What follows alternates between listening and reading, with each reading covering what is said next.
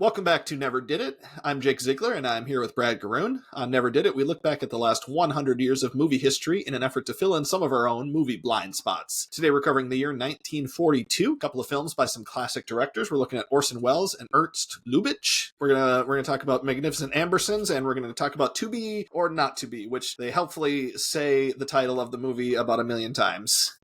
Let's go in order of things that are awesome. So we'll start with the thing that is not awesome. You recommended for me, as you often do, I think this is the fourth Orson Welles movie you've recommended for me. Fourth now, yeah. The Magnificent Ambersons. Now, this movie is pretty famous for studio interference. I think it was only Orson Welles' second movie, but he had to go off and make a movie in Brazil that never got released. And while he was doing that, the studio reacted to bad test screenings of The Magnificent Ambersons by chopping it to pieces. Why'd you recommend this for me?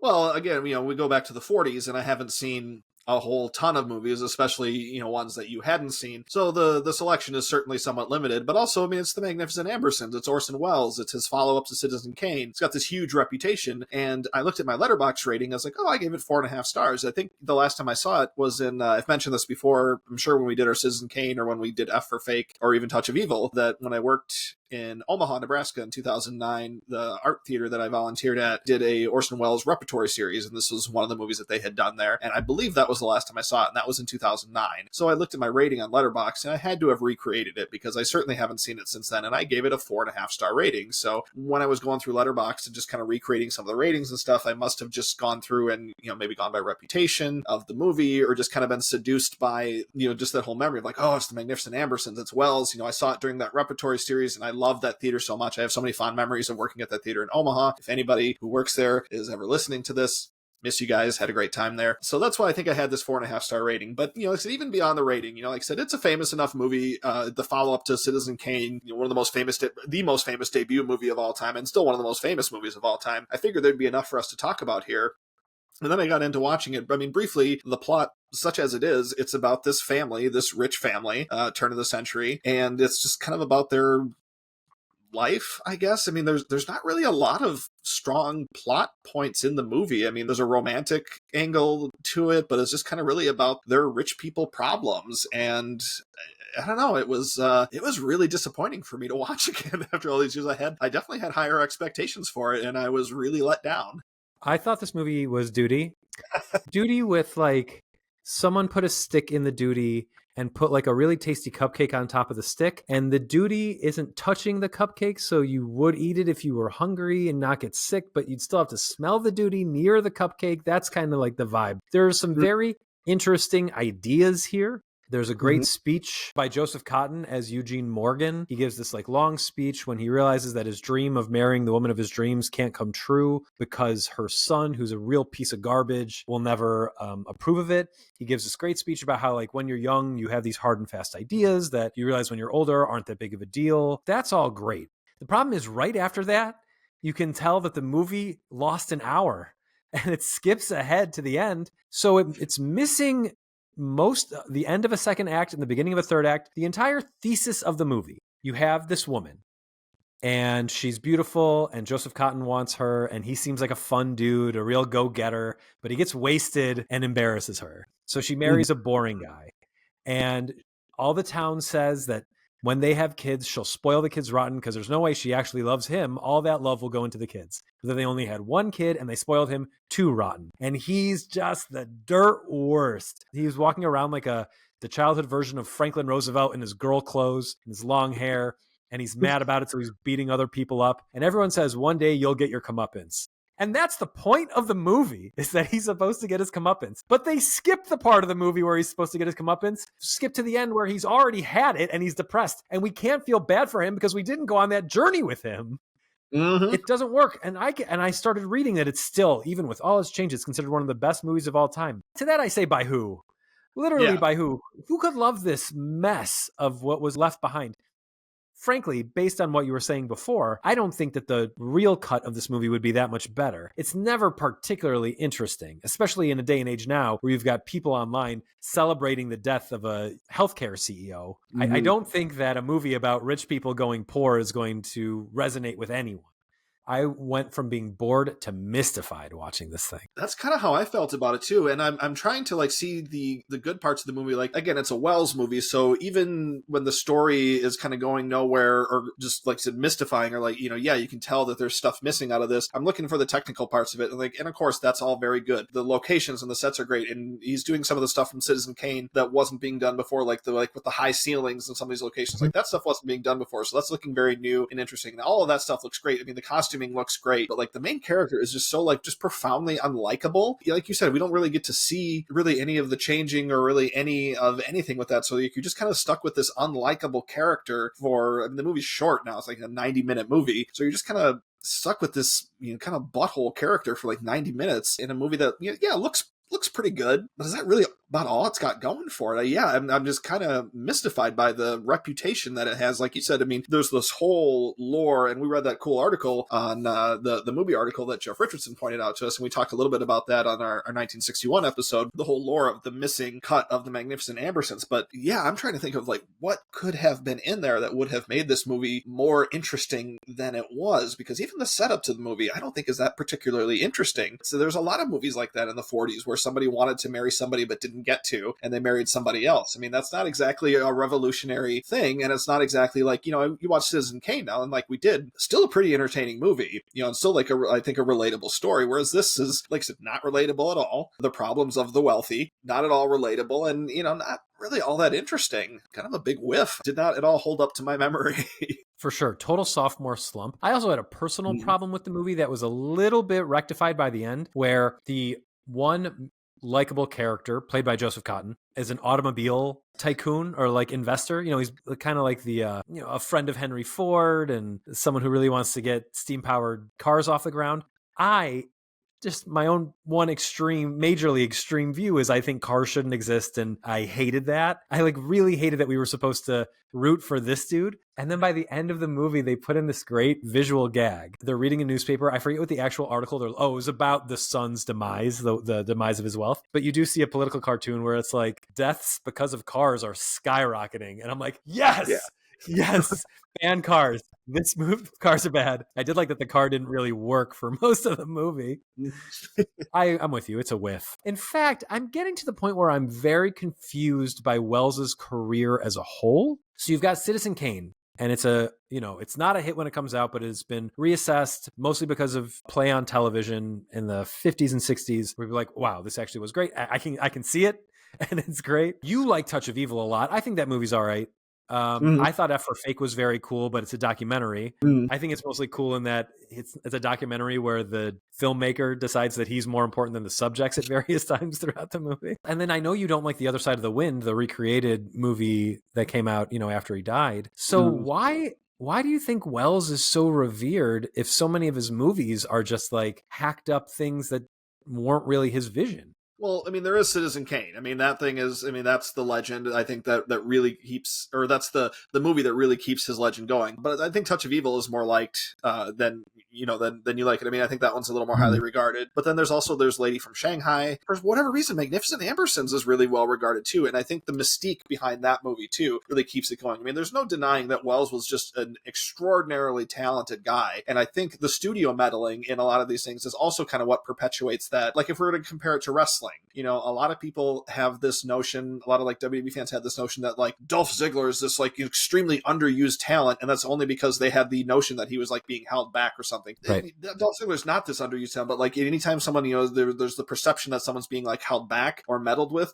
that can kind of get people to, rally behind them. And that's certainly the case with Orson Welles. Like, I mean, the studio meddled with everything, almost everything he ever did. Even Citizen Kane was meddled. William Randolph Hearst tried to get that thing from not being released. So anytime there's, kind of outside forces trying to hold somebody down, I think there's going to be some rallying around that person. And I think that's definitely the case with Welles, who also, but like I said, just an extraordinary talent. I mean, you can see that just in his acting, even in the bad things that he's in. You can see he's got this, he's got gifts that a lot of filmmakers didn't have, especially at the young age that he had. So I think that's has a lot of what to do with it. But yeah, you can look at his overall filmography and you can see that, it just didn't measure up to, what his, I think, talent ultimately could have and should have. Fair enough. I just think about someone like Charles Laughton, who only directed one movie, and it's considered one of the greatest movies of all time, Night of the Hunter. And, so no stinkers, no studio meddling, batting average 1,000. But then he was also an incredible actor on top of that. Like Witness for the Prosecution is one of the cool, and his performance in it is one of the coolest things you'll ever see. He's incredible in Spartacus. There's nothing to knock him, but we don't talk about him that way because he only directed the one movie and then was an actor besides that.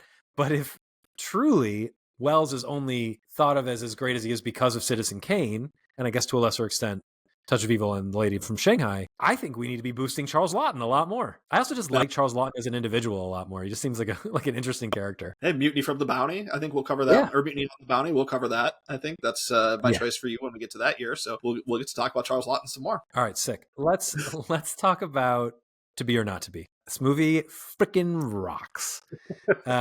So To Be or Not to Be was directed by Ernst Lubitsch, who was well known in the 30s and 40s for being like the great romantic comedy director. He was German or Austrian, I can't remember which, a Jewish guy came over to hide from the Nazis during World War II, or fled from the Nazis during World War II, made this middle finger to the Nazis that was actually considered really controversial at the time because of the way people felt it humanized the Nazis. But watching it now, well, for one thing, it does a lot. Okay, so on the one hand, watching it now, you're like, give me a break. But on the other hand, you're like, I see nothing changes because Jojo Rabbit, which owes everything to this movie, ran into the same exact criticisms that through Sam Rockwell and Taika Waititi, it was humanizing Nazis. When I think it's interesting that a movie like The Great Dictator, which came out before this, told us that, now granted, The Great Dictator made Hitler, he was a real bastardy villain. He wasn't a buffoon. His imposter then comes in and humanizes him, but he's the imposter. So they're doing different things. But at the very least, The Great Dictator came out and people could see that the Nazis were ripe for criticism. I'm just so fascinated that this one upset people so much when it came out. So what it's about, a theater group in Warsaw, Poland, is trying to put on a show making fun of Nazis. And the censor board, which is afraid of Nazi invasion because Hitler is already expanding his influence in Europe, they don't want Hitler to come into Poland, they shut this show down because they're afraid it's going to anger him. At the same time, the lead of the cast, his wife is in the back, and these two aren't really getting along because his ego is getting in the way of her career. And she has a fan in an Air Force pilot, a Polish Air Force, and she tells him to come meet him in the back. And the movie is called To Be or Not to Be because when the main character, Joseph Tura, is starting his Hamlet monologue, To Be or Not to Be, the pilot is supposed to use that moment to sneak to the back and visit Maria Tura. And she's played by Carole Lombard, and he's played by Jack Benny in one of his first starring roles in a film. He was more of like a Catskills radio guy and stand-up guy. The thing that's hilarious about that is while he should be mad that he's being cucked, he's actually mad because he doesn't know that there's an affair going on. He's mad that someone's walking out on his performance over and over again during it. And then war breaks out, and it becomes this farce, this screwball comedy about a Polish turncoat for the Nazis, and people dressing like Nazis and dressing like this turncoat and mistaken identity. And it's, on top of everything, very, very funny. What did you think of To Be or Not to Be? Yeah, I laughed out loud quite a bit during this movie, and I wasn't super familiar with it. I knew the title, but I really didn't know anything about it. I didn't know it was like a Nazi-related comedy at all or anything like that. And I also didn't know that Jack Benny was in it. I mean, my relationship with Jack Benny is he's the quiz show guy. Like, I knew him. Like, I think of Jack Benny, and I think of Shooter McGavin, because Christopher McDonald, played him in the quiz show movie, and that's how, I think of Jack Benny, and I totally forgot that he acted at all and was in any movies. So, when I saw his name in the credits, that actually was surprising to me. I didn't even realize he was in it. But Carole Lombard, of course, is, just gorgeous and it's just hilarious, and they're the perfect match actually in this movie. I mean, yeah, when just the fact that he's more upset by the guy walking out than being with his wife. I mean, that's just such a perfect character tick for an actor of that level, like a theater actor of that. I mean, that's so good, and he plays it so perfectly. And then it also took me a minute. I saw Robert Stack's name in the credits, but then it also took me a minute to recognize, like, oh yeah, that's him, because he's the unsolved mystery guy who you didn't know until he was like 70. Just, yeah, great cast, and I laughed a lot during it, and I love those kind of screwball comedies where you can't really predict where it's going to end up going, because it just gets so zany and screwball and wacky, and fake beards and mustaches and mistaken identities and this Nazi and that Nazi, but that's a different Nazi. And then I fell head first in. I mean, I enjoyed the hell out of it. Yeah. Now, we really liked Carole Lombard in My Man Godfrey. She's great in that, and she's so funny in that. And this is a totally different role for her, because in that, she's spoiled, she's like kind of dim-witted, and in this, she's the brains of the operation pretty much the entire time, as the Polish theater crew is trying to help the Polish underground to thwart the Gestapo in Poland. Yeah, she handles it so well. She died before the movie came out. She was killed in a plane crash. Yeah, she was killed in a plane crash a few months before the movie was released. So people were very sensitive about that. But the thing that people were most sensitive about is the scene where Joseph Tura, pretending to be the Nazi turncoat, goes and interviews with Captain Earhart, something like that. Right? Concentration Camp Earhart. Isn't that what they keep calling him? Yeah. And, Concentration Camp Earhart, you say. As they're walking out, he wants to stroke his own ego, and he goes, but of course you've heard of her husband, the world famous Joseph Tura. And he goes, I have heard of him. What do you think of him? I'll tell you what, he does to Hamlet what we're doing to Poland. And apparently people did not like Nazis making jokes. They were really pissed at that line. It's funny because it's freaking dark. And also that actor, Sig Rumen, who was a German actor, unlike the person who played it. I got to talk about the remake in a minute. Sig Rumen is incredible. And his interplay with Schultz, his like number 2, Captain Schultz, played by Henry Victor, is perfect. Like, just those two alone could have been the whole movie, because Schultz is like a very serious straight man just carrying out the evil, vile orders of Concentration Camp Earhart, but Earhart is a total buffoon, and Schultz has to keep reiterating, like, actually this is all your fault. You've destroyed the Gestapo in Poland and saved the Polish underground. Yeah, so that's wonderful. And then the movie has a pretty powerful ending too, where the Jewish character who the whole movie is talking about how he's always off to the side, and all he wants to do is play Shylock, who's an anti-Semitic Jewish character from Merchant of Venice. He gives the very famous "If you prick us, do we not bleed" speech a couple times, actually 3 times during the movie, twice as kind of a joke, or once as a joke, and then more seriously after the Nazis invaded, and then again as a diversion against the Nazis, knowing that he's about to sacrifice his life so that everyone else can get away. I thought that storyline, this powerful little through line throughout the movie, when I watched it for the first time, really caught me off guard. It reminded me of last week we went to a movie club hosted by John Bernstein, who's been on this show before, to see Moonstruck. And I always forget how much I love Moonstruck until I see Moonstruck again. Like, I'm never in the mood to watch Moonstruck, and then I'm always so happy I'm watching it. And I felt I'm like, I've never been like, oh yeah, I'll watch To Be or Not to Be again. And now I can't wait to watch it again. Yeah. It's just so funny. What were your other thoughts about the movie? What else did you think about it? I mean, number one, the first gut laugh that I got out of the movie is when they're all doing when they're doing the play right at the very beginning, and they're all walking in doing their, doing the Heil Hitler, and then the guy playing Hitler goes, yeah, Heil myself. Like, that was the first one that I got, the first big laugh. That also leads to another great running joke by that same character, Greenberg, when he goes, but it'll get a good laugh. Like, every once in a while, it'll get a good laugh. Yeah. And then when and maybe this might be the next thing, but Greenberg revealing he's Jewish without saying, they never say it overtly, but revealing it without revealing it, he says about Joseph Tura, he goes, "You are what I cannot eat." And then someone else goes, "Yeah, he's a ham." Yeah. So good. I love that. Yeah, I definitely love that line. I had that written down. And then you kind of alluded to it, but when Tura is impersonating Earhart and he's kind of trying to stall for time and he can't think of anything, so he just keeps repeating, like, so they call me Concentration Camp Earhart, huh? And he keeps repeating that over and over again. And at this time, we haven't met the actual Earhart. And then we get to meet the actual Earhart, and he acts like almost exactly the same way that Tura does when he was imitating him. That got me real good, too. So, I mean, there was just a lot of really, really funny parts in the movie, just almost. But there was some like serious drama parts in it, too, that I almost didn't expect to come in. So I think it balanced really well. And it's always interesting to see stuff about Nazis that was coming out in the 1940s, because it was happening at that time. Like, that always it always takes me a minute to just kind of wrap my head around that. Like, this was like within my grandparents' lifetime, that this was actually happening, and people were making movies about it at the time. And so that always just kind of blows my mind a little bit, just to think about that. And I think about what you said too, about how people being, upset that it would, humanize humanize the Nazis in any way, but to not to get like too serious about it, but I almost kind of think that's important to remember that they were humans and that these humans did some really, really bad things. And it's like, and yeah, they were humans, and that's what they did. And I almost kind of think that's important to remember. And it's okay to humanize them in movies, but not to ease what they did or anything, but just as a reminder, I think. I think two things were happening. One, people that saw this movie knew people who were killing Nazis. So to humanize Nazis makes killing Nazis feel different. I could see that. Yep. I also think that we learned down the road, and people say this a lot in their theories about how to fight fascism, that making fun of fascism is the best way to fight fascism. Like taking the authority out of authoritarianism is a great way to fight it. And it wasn't seen that way at the time. It was seen as making light of something really dangerous. And I can see that, but I think that's wrong. I think history has played out that the reason this movie is so funny and feels so good is because these people thought they were super serious and couldn't be taken down. And this is a great way to take them down.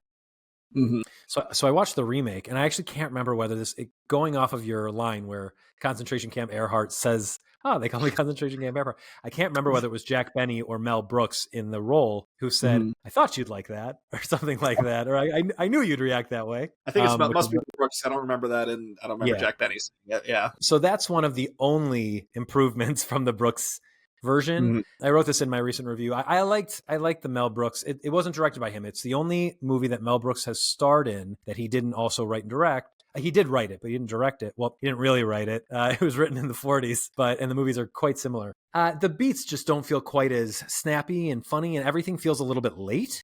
Like all the jokes feel like they come like maybe a beat too late. And Brooks is just not as interesting as the main character as Jack Benny was. And which is very surprising because Brooks had way more experience acting in front of the camera than Benny did. And then what was really interesting is that Lombard and Benny had better chemistry than Brooks and his real life wife, Anne Bancroft, did, which I found interesting too. Bancroft is great, but Lombard just had something like really special in the original. Mm-hmm. And then the Dobosh character's gone, the guy who runs the theater group, and the guy who plays Hitler in the 1940s version, he's gone too, and he's merged with Brooks's character so that Brooks can both be Brodsky, that's his name in the original, and then Brodsky is just made the main character in the new one so that Brooks is also able to play Hitler, which is the best part of the movie, is Brooks playing Hitler. Of course. But it's worth watching, but only if you're a Mel Brooks completist, which I am. Mel Brooks is the director who I have to admit, I like his movies the least of a person who I like watching his, like, I feel good when I'm watching his movies, even if I don't enjoy them as much as other people's great movies. Like, actually, after this, I want to track down more Lubitsch movies than I do Brooks movies. But Lubitsch, I think, also directed like 35 movies, and Brooks only did 11. So yeah. And I haven't seen the To Be or Not to Be. I don't think even back in the day, I don't recall ever seeing that one. Although it's possible maybe when I was younger, but I don't think I ever did. Never did it. To Be or Not to Be was only nominated for one Oscar. It lost. It was up for the best scoring of a comedy or drama picture. Yeah, they used to group comedy and drama together in the score because they used to, the other score award was for musicals, which there used to be a lot more of than there are now. But it lost that. And then Magnificent Ambersons was up for 4 awards. It lost all of them, but it was up for best picture. And Agnes Moorehead, who played Aunt Fanny, she was up for best supporting actress. She would go on to also be nominated for supporting actress 3 other times. She lost every single time. And then Magnificent Ambersons was also up for cinematography, black and white, and art direction, black and white. Lost both of those, but I think those 2 nominations would certainly be warranted. Sure. So I've only seen 4 movies, or 4 movies that I think are worth being on the list. Those being Magnificent Ambersons at the bottom, and then Bambi, and then To Be or Not to Be, and of course Casablanca at number 1. But that's not really a top list. But we like to talk about where these things land in our... You don't have a top 10 or top 5 for 1942, do you? No, I only have seen a couple of those. Like, and Casablanca is another weird one that won the Best Picture Oscar for 1943, because that was when it came out here. So that's when I have it. So I mean, I really only have Ambersons and To Be or Not to Be and Bambi. Bambi. So I don't have a list for 42 either. Right. So when that happens, we like to talk about where these movies land in our top films of the 40s list. The Magnificent Ambersons is my number 28 of 28 in my ongoing top movies of the 40s. And To Be or Not to Be is number 6, right behind Treasure of the Sierra Madre and Casablanca, and just ahead of The Great Dictator and White Heat. the Raoul Walsh movie starring James Cagney. For me, I have Magnificent Ambersons as number 26 out of 27 on my decade list.